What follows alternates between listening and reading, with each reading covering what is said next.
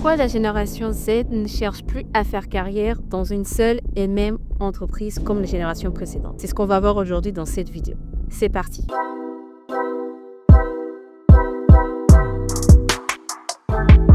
Salut tout le monde, j'espère que vous allez bien. Aujourd'hui, de retour enfin pour une nouvelle vidéo. Je suis désolée, ça faisait un moment que je ne postais pas de vidéo, mais on reprend le rythme sans faille. Donc aujourd'hui, on va parler du travail, la différence du travail concernant la Gen Z et les générations précédentes.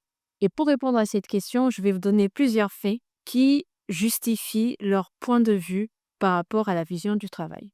Première chose, la recherche du sens. Aujourd'hui, on fait attention dans quelle entreprise on va se projeter. C'est-à-dire, est-ce qu'il y a le bien-être au travail? Est-ce que les valeurs correspondent par rapport à nos valeurs?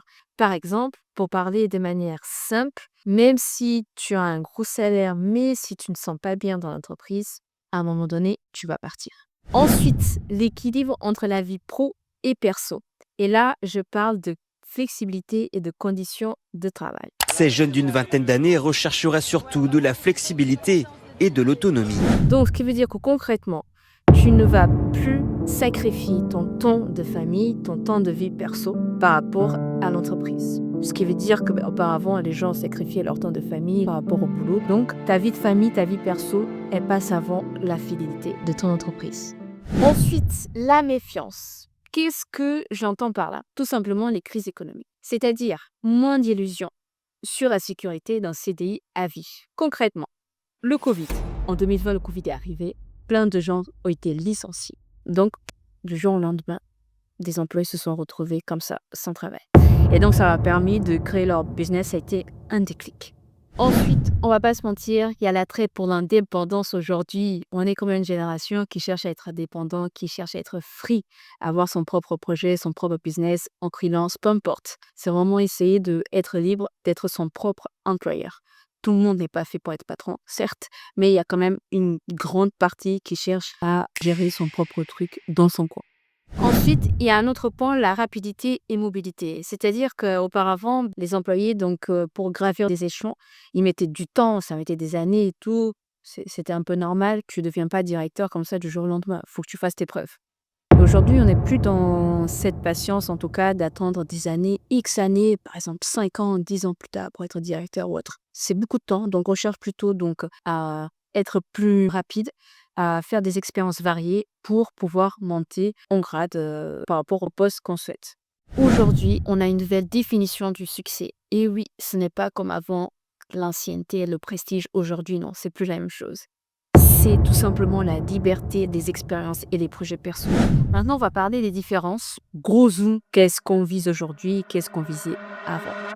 Avant, c'était carrière linéaire, loyauté, sécurité, hiérarchie respectée, succès est égal maison plus CDI stable. Dès que je proposais un CDI, on me disait non, non, surtout pas. Alors que c'est vrai que moi, quand j'étais jeune, le CDI, c'était un peu le Graal. Des candidats qui fuient les contrats stables. Pour la génération Z, ce n'est après 1995, le CDI ne semble plus aussi recherché. Aujourd'hui, carrière flexible, quête de sens, autonomie, équilibre, succès est égal liberté et expérience variée.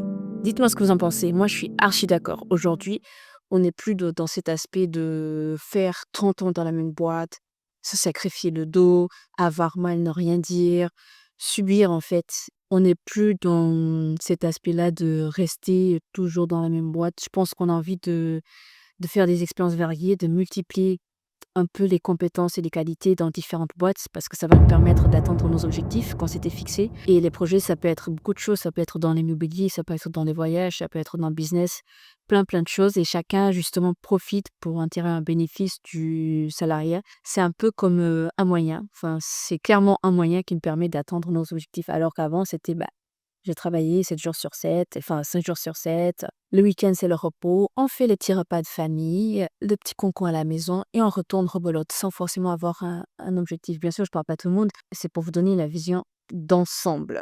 Il n'y a rien de négatif à ne pas être carriériste. Je pense qu'il y a une grosse différence dans la manière dont les nouvelles générations appréhendent le travail. Pour nous, c'est plus un moyen qu'une fin en soi. J'avais une discussion récemment avec un membre de ma famille qui a une 50aine d'années à ce sujet et on se rendait bien compte que nos visions étaient strictement opposées. C'est-à-dire que pour cette personne, le travail, c'était vraiment un des buts fondamentaux d'une vie.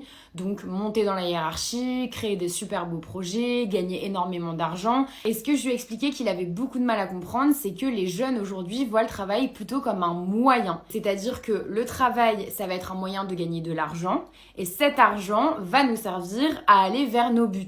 Donc nos buts qui peuvent être de, je sais pas, voyager, aller à l'autre bout du monde pendant 6 mois ou participer à un projet immobilier, etc. La majeure différence avec sa génération, c'est que pour nous, le travail est un moyen pour atteindre des buts dans une vie et non pas la finalité d'une vie en soi. Cet état d'esprit, il s'explique par plusieurs facteurs. Déjà, le fait qu'aujourd'hui, la santé mentale, c'est un vrai sujet, l'épanouissement personnel, c'est un vrai sujet, et on arrête de faire passer son travail avant sa santé psychique. Il y a aussi le fait que beaucoup d'entre nous avons vu nos parents dans des tafs où ils se sont donnés à fond, où ils se sont sacrifiés pour aucune reconnaissance, et on veut surtout pas reproduire la même chose.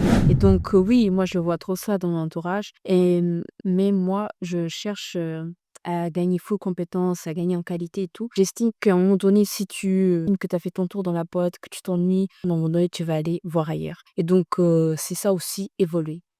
Et aussi, on est une génération qui ne subit plus. Si on n'est pas d'accord avec certaines choses, on va le dire. Ouais, la génération Z, ils veulent pas travailler, ils veulent pas les valeurs du travail, nanana. Ouais. J'ai démissionné aujourd'hui parce que moi on parle pas comme ça. Donc en gros j'étais en commerce et je faisais la mise en rayon des articles. Donc moi à fond avec mon chariot et tout pipi. Et là, sont ces grands chevaux, le bras droit du directeur, qui arrive avec sa grosse cravate là. Et qui me dit quoi, en me pointant du doigt en plus. Ouais, toi là-bas, va faire le chariot numéro 213, allez. Toi là-bas à qui? Toi là-bas à qui? Ouais, tu parles à qui comme ça? Donc je le regarde. J'ai un bug, je lui dis mais t'as mis par qui comme ça? Je me retourne, au cas où c'est pas pour moi. Mais attends, je vois, il y a que moi. Je le regarde, je lui dis on recommence. Et il me dit comment ça on recommence. Et il s'approche de moi. Et je lui dis non, on parle pas comme ça. Et du coup, je continue mon truc. Et il me dit non, mais tu dois faire le chariot et tout, machin, je sais pas quoi et tout. Je lui dis mais attendez, me parle à qui comme ça? Je finis mon truc et je me casse. Je dis ouais, bon, on parle pas comme ça et tout, je sais pas quoi et tout. Bref, du coup, je finis mon chariot et tout. Bon, histoire de finir. Et je me casse! Parce que moi, on parle pas comme ça. Ça va pas ou quoi? Donc toi là, Patrick, 45 ans, qui me dit que je peux avoir du travail et qui se fait marcher dessus par son directeur depuis 15 ans, mon problème pas le mien. Moi on parle pas comme ça. Ton gros crâne là. La Gen Z, oh là là, vous nous cassez la tête, hein. Il y a des managers qui n'ont jamais appris à manager autrement que par l'autorité. Et donc, ça les perturbe aujourd'hui de se retrouver face à des Gen Z qui ne fonctionnent pas comme ça. Avant, ce genre de mépris, ça passait crème. Mais aujourd'hui, ce n'est plus tolérable. Et il faut que les anciens managers se remettent en question. On n'a pas le choix, on est obligé de faire avec cette nouvelle génération de travailleurs qui veulent être respectés. Donc ça vous oblige à revoir votre manière de manager. Maintenant, nous allons parler chiffres. Seulement 6% de la Gen Z veut faire carrière dans un poste à direction. Ce sont des sources récentes. Ensuite, 67% pratiquent déjà ou envisagent d'être en freelance. 77% placent en priorité l'équilibre entre vie perso et pro. Une phrase que j'aime bien dire, c'est je travaille pour vivre, je ne vis pas pour travailler. Un exemple, si vous cherchez un emploi et que vous devez travailler tous les samedis, il y a plein de gens qui vont refuser parce que le samedi, ils ne veulent pas aller bosser. On a des jours un peu imposés, comme travailler le samedi. On s'est vite retrouvé face à des jeunes femmes qui n'avaient pas conscience de ça. Et enfin, 74% sont prêts à quitter un job si le salaire ne suit pas.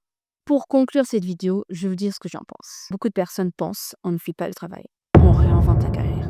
L'objectif, ce n'est plus de rester 30 ans dans la même boîte, mais tout simplement de multiplier des expériences qui offrent sens, de la liberté et qui nous permettent de nous épanouir. Le monde du travail va devoir s'adapter à la Gen Z et je t'explique pourquoi. D'ici 2030, ma génération représentera un tiers de la population active. Donc forcément, la manière dont on perçoit le travail va avoir un poids énorme. Si le monde du travail reste tel quel, il va avoir un gap entre notre génération et le monde du travail actuel. Je pense qu'il doit avoir un changement du marché du travail parce que sinon il va avoir une collision entre ce qu'on veut, les Gen Z, et ce que le marché du travail offre. Le monde du travail va devoir s'adapter à notre génération s'ils ne veulent pas avoir une pénurie des talents et surtout une perte d'attractivité de la génération qui représente la main-d'œuvre de demain. On est arrivé à la fin de la vidéo, les amis. Dites-moi ce que vous en pensez du sujet. J'espère qu'il vous a plu.